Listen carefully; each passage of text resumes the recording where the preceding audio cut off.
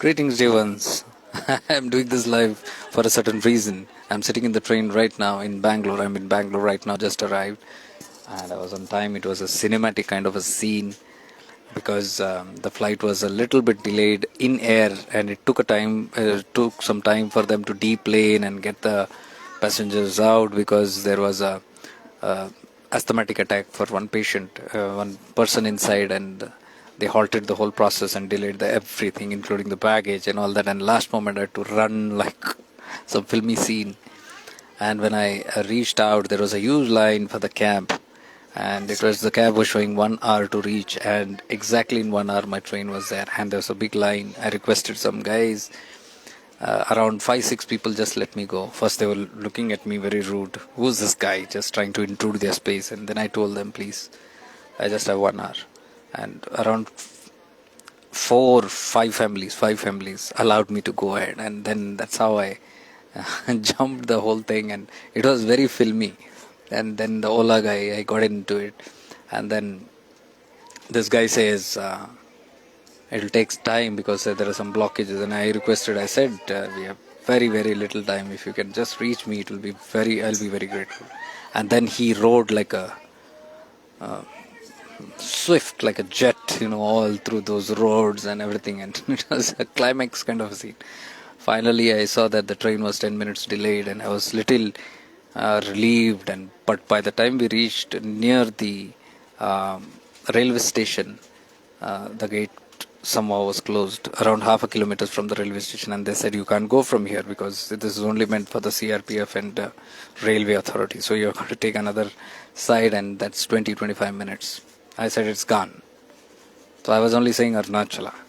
And I took out my bags from the car and just started walking. It was half a kilometer. I said, well, come what may, I'll just walk. And just a few steps, and there was an auto guy there.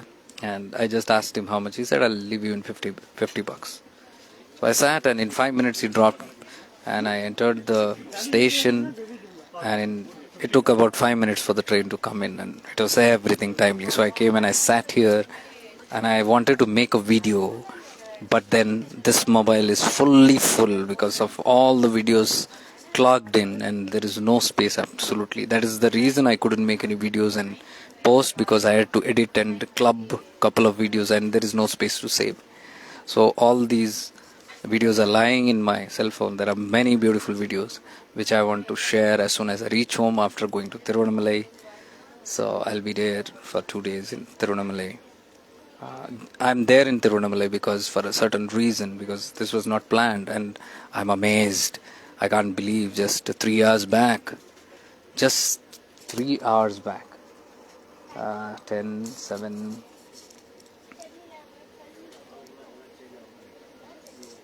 yeah, not 3, exactly around 6 hours back, I was with Rameshji and talking, and he was he was bidding us goodbye, sending us his car to Dehradun airport, and trying to send a couple of things, including Gangajal, which the authorities did not take in. It was Gangajal from Gomukh, very rare to get, so he wanted us to take, but the authority guys were refusing because it could leak and all that, and then we had to call the ashram guys back. They had dropped us and gone, and I requested them to take it back, and Rameshji said he'll arrange to send it to our home. So that's how the whole thing happened, and there's very little time for everything, because today also in the morning we met two Mahatmas. I can't tell you, very great noble souls in again some rare location, and we were there till around 12 o'clock with the Mahatmas. In their ashram only we were fed. We ate food, and then we came back to Rameshji's ashram in Rishikesh and talked for an hour or something, and after requesting something he gives a little bit about his seva, and I wanted to spread his work. So I was asking him for a couple of days, and he was not very keen on it. He looked very unsure. Though it is a very good deed, so that's what I was trying to say. Then finally he told me, I won't say yes or I won't say no. If you are getting inspired, maybe it's Ma Gange's message or something. If it is that way, let it happen, but I won't tell you yes or no. So it's up to you. whatever you want to do. So that's how I took some of his video bites. I was able to record. Uh, Last 2-3 days, we were traveling in the car to some remote locations in the jungles where leopards and elephants are there, and we saw some wild animals, and we were going to some Mahatmas. So in the car, we were talking. He was in a very poetic and bhakti mode, and the river Ganges also he recited many poems that he has himself written in aloof in silentness, which he has not revealed anywhere.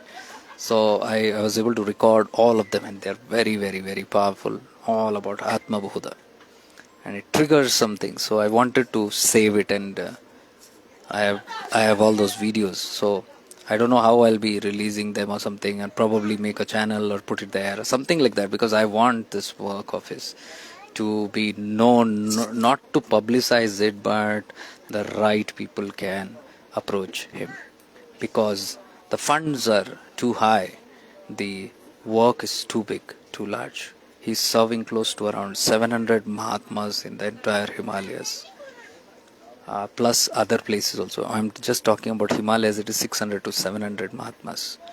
And the project is somewhere like 1 crore a year.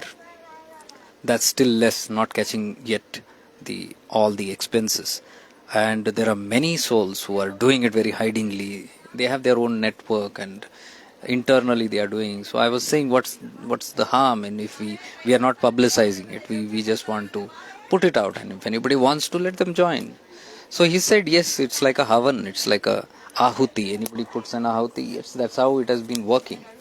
And I took out details on why it was hidden for all these 18 years, and then he told me he was managing it on his own, spending around 50 lakhs on his own. He showed me how he talked to us about how his family also supported in that until COVID happened. After COVID, there was a lot of changes. So after COVID, he had some restraints, and that is when automatically some souls came into his life, and they pitched in, and the work never stopped.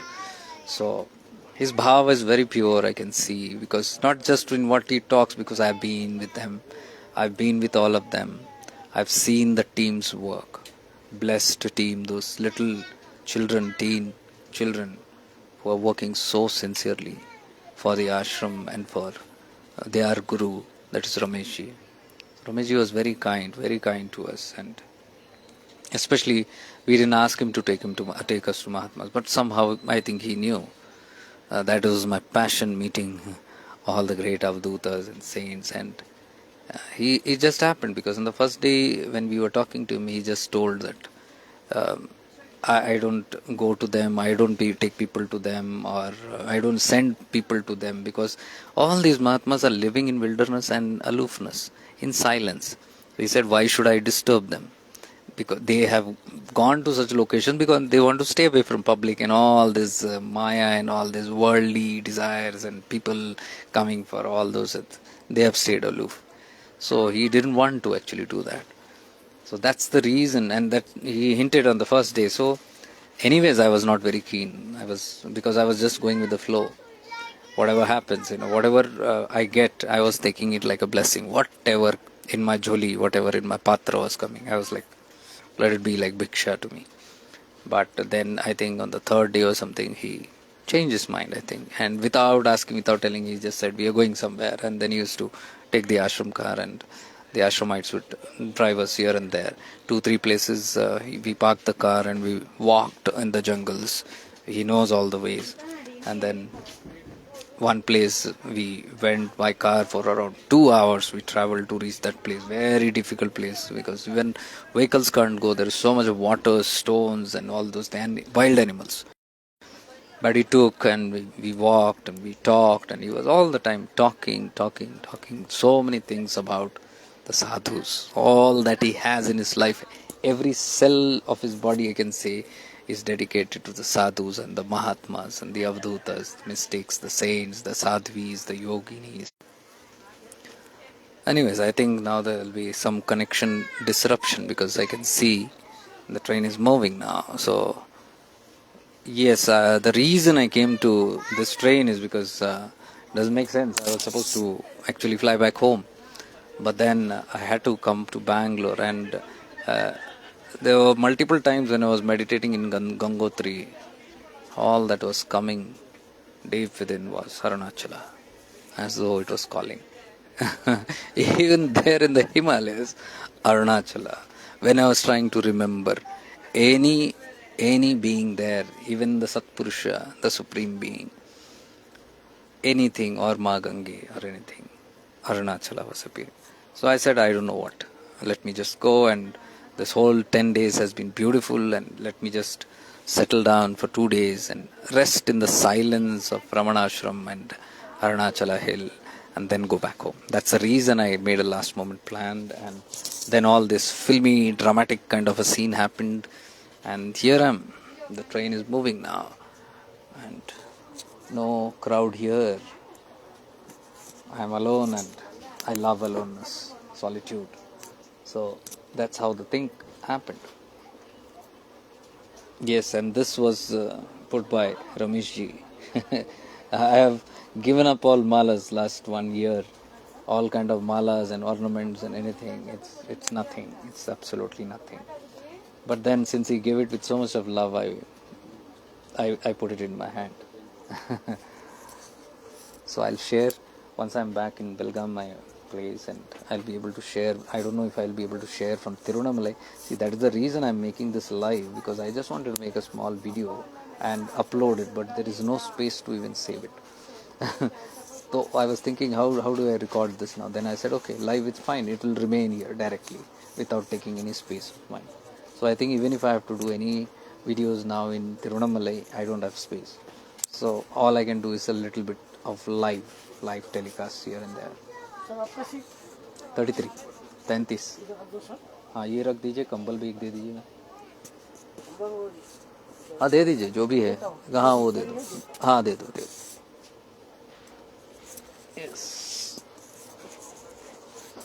मैं चादर है इसका. तकिया भी दे देना यार.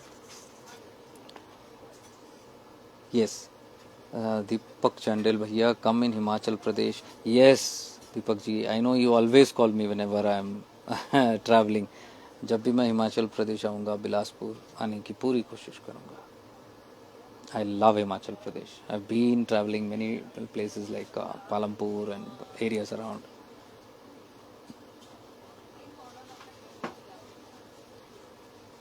Yeah, so many I got your messages in Messenger also inviting me to Bangalore. Yes, that is how I was. I was planning to be here in Bangalore for a day, extending for a day, because when I was traveling, I had very warm, loving wishes and welcoming messages and inviting me home. And when there is so much of love, I can't restrain on that. When somebody is doing it from pure heart, I just can't stop. So that's my plan. That's what I said before going to Himalayas. I told that I'll return back here and I'll stay for 1 day or 2 days in Bangalore and then leave. But then I don't know. I didn't feel that bhav very strong. So by the time I returned, things had changed. The emotions changed. So we always go by emotions and how. That's how it is. So dear ones, take care all of you, and I'll be praying for you there also. And I'm sure a lot of beautiful things will happen in all our life. There is lot I want to share about Himalayas, a lot about the sages there, a lot of misconceptions I want to clarify, because many people have some certain fantasies and myths and superstitions and some ideas and imaginations about Himalayas. I want to make it very crystal clear, because I've lived with these people literally I'm telling you, and seen core to the core level, because all this was always, I used to imagine how the things are, but divinity gave me an opportunity to be right amongst them, and all this happened like a surprise. So I know, I can tell you guys, life is full of surprise. Life is full of surprises. Just keep your heart pure, your intentions pure, and whatever troubles, whatever, just keep walking. Be on the path, come what may. Be very true to your heart, abiding in yourself, more and more attuned to yourself. Never leave that, because if you don't leave that, then that which you don't leave will always take care of you. Mark my words. This is what all the sadhus, all the saints, how many of them I interacted with, including Rameshji and all, everybody's had only one thing to say, that if you are aligned and not the doer, everything will be taken care of, because then it's not your job, it is the divine's job, and that is the only way to survive in Himalayas. So there are many other aspects also, but I'll keep that for some other time. Maybe when I'm back to my home and when I do my Sunday live, that is one place I can. So next couple of lives that I do in Sunday, I think will be to cover up these kind of topics, including deeper spirituality, practical spirituality. That's my topic. Practical spirituality. I want to be very, very practical. Rameshji also is very, very practical person. He said he's not into any kind of adambars, no follower business, no entertainment, spiritual entertainments, straight, because his role models are the sadhus, and he's a sannyasi himself, so he's much apart from all other things. The way he operates, so much of learning. I learned so much from all of them, because I was just observing every ashram, every saint, every master, every guru, every sadhu, every single person. Learned so much. They taught without teaching. That's yes, sir. 36. Jacob Thomas. Thank you. That's the way the sages teach. Sages of Himalaya, and that's the way Himalayas teach. Because when you go to Himalayas, it's silence. There's no one. There's no noise. Even nature doesn't make noise. So that the whole range, Himalayan range, talks to you in silence, teaches you in silence. That is, if you are attuned to silence. Ramana's silence, Ramana Maharishiji's silence helped me there. The attunement that I learned in Arunachala, of course with the divine blessings of my Gurudev, because even to reach till here or wherever I reach, it's not possible without the divine grace of your master, because master is the tattva, and even physically they are always there. They are fully aware of who's where and doing what and everything. So if your intentions and directions are selfless and moving in purity, or at least, I can't say purity, but at least in attempts of purity, then there is always grace. And the master's blessings I could see in many ways turning out there.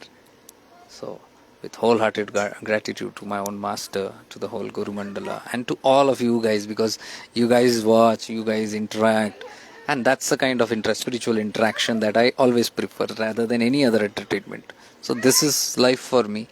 I live in this way, and this is the way I love to share with those who care, and those who love to share, and those who love and appreciate these kind of things, So I'm there for those people who are there for this kind of activities. So it's only with that kind of interaction, because it's a community. It's a divine community of people who are aligned on the path, and all are striving to reach there.